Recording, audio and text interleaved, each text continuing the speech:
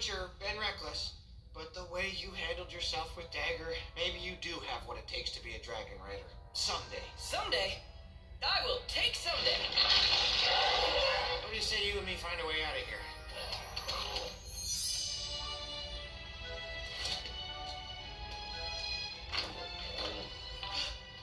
What the floor is this?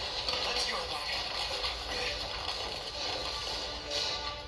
Gustav, Stop right there, sweets. I can't stay. My mom would kill me. She usually notices I've been gone after about 3 days. All right, Fanghook.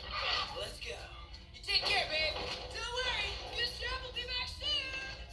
what's that? Oh, just something I found at the bottom of that cave. Oh, a new lens. Yeah, there was treasure in those caves after all. The Dragon Eye was giving us clues on how to find it all along. We just weren't looking in the right place. And if there's one of these out there, that means there has to be more. Oh, woohoo! Huh, and to think, we never would have found that without Gustav. All right, awesome. So let's just tell Gustav. Yeah.